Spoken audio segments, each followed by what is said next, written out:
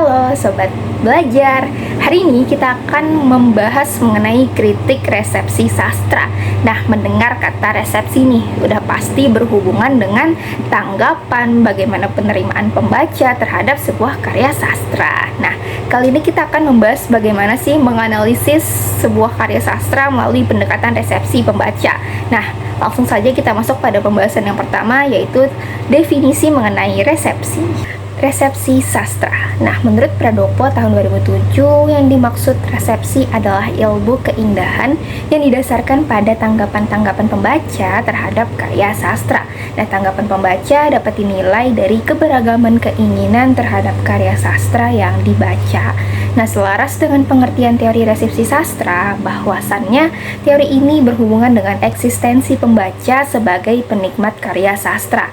Nah, teori ini berawal dari anggapan bahwa sastra diciptakan untuk dibaca, dinikmati, dipahami, dan dimaknai. Selain itu, tidak ada satu karya sastra yang ditulis oleh seorang pengarang kemudian hanya untuk dibacanya sendiri, melainkan dibutuhkan tanggapan atau penerimaan pembaca karya sastra. Nah, selanjutnya yaitu asumsi dasar kajian resepsi sastra. Kajian resepsi mempunyai asumsi yang dijadikan sebagai dasar hadirnya resepsi sastra dalam usaha pengkajian sastra. Nah, menurut Yunus tahun 1985 ada 4 asumsi dasar resepsi sastra, yaitu sebagai berikut. Yang pertama, pendekatan. Teori ini bertolak dari suatu karya yang dilihat dalam hubungan bagaimana ia bereaksi dengan pembacanya.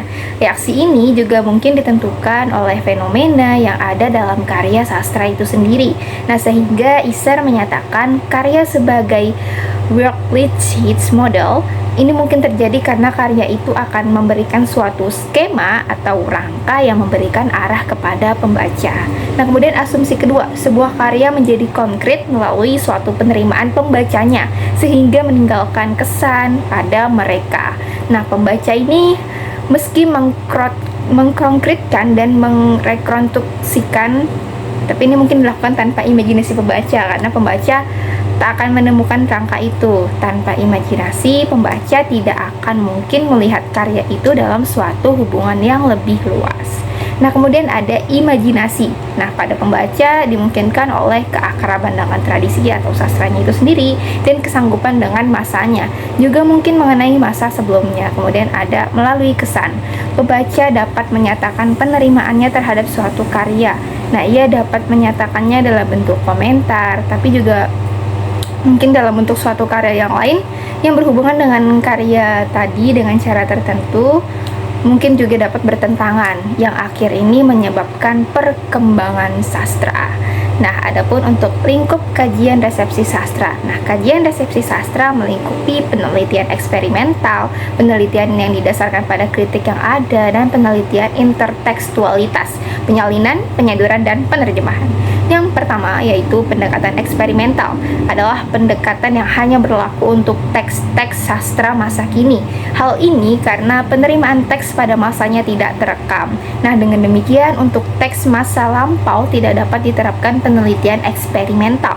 Nah, penyelidikan terhadap objek estetik data dibagi menjadi 2 kategori, yang masing-masing mempunyai prosedur penelitian sendiri-sendiri.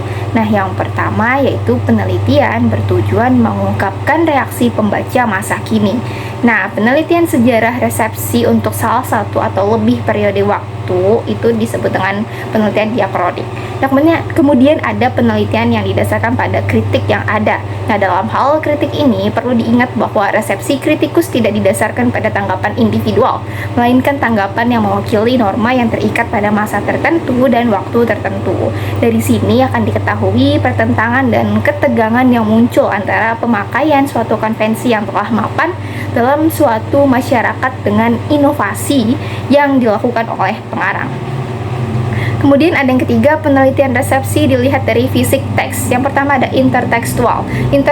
Intertekstual yaitu fenomena resepsi pengarang terhadap suatu teks-teks yang pernah dibacanya dan dilibatkan dalam ciptaannya. Kemudian ada penyalinan. Penelitian resepsi di sini biasanya dilakukan terhadap karya sastra lama. Sebagai contoh, karya sastra Melayu yang pada saat ini kebanyakan disimpan dalam sejumlah naskah salinan dalam kondisi teks yang sudah bervariasi. Nah, sejalan dengan kebebasan penyalin Melayu, variasi teks yang terbaca pada naskah-naskah salinan memperlihatkan wajah teks yang bermacam-macam atau bervariasi. Kemudian ada penyaduran. Nah, penyaduran ini pemindahan teks dari satu kode ke kode yang lain memperlihatkan satu macam bentuk resepsi. Dalam hal ini, sambutan Wisran Hadi terhadap Malin Kundang merupakan satu contoh yang jelas. Kemudian ada penerjemahan, yaitu kegiatan pengalihan teks dari satu bahasa ke dalam bahasa yang lain yang merupakan satu bentuk sambutan sang penerjemah terhadap teks yang diterjemahkan. Nah, penerjemah sebagaimana intertekstual, penyalinan, dan penyaduran pada hakikatnya merupakan bentuk transformasi dari satu sistem ke sistem yang lain.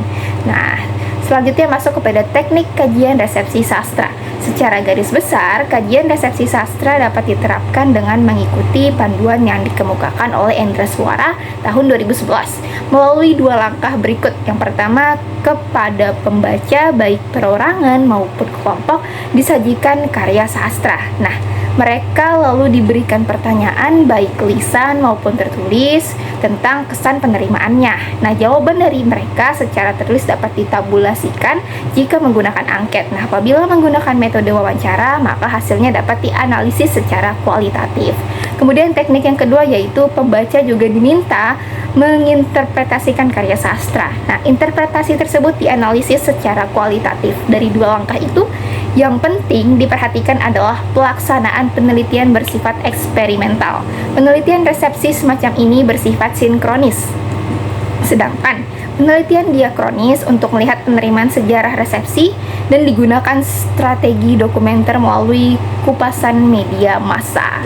Nah, hasil kupasan itu akan dikaji oleh peneliti. Nah, demikian teori kritik sastra merupakan tidak hanya memahami bentuk suatu karya sastra dalam bentangan historis berkenaan dengan pemahamannya, melainkan teori menurut bahwa sesuatu karya individu menjadi bagian rangkaian karya lain untuk mengetahui arti dan kedudukan historisnya dalam konteks pengalaman kesastraan pembaca.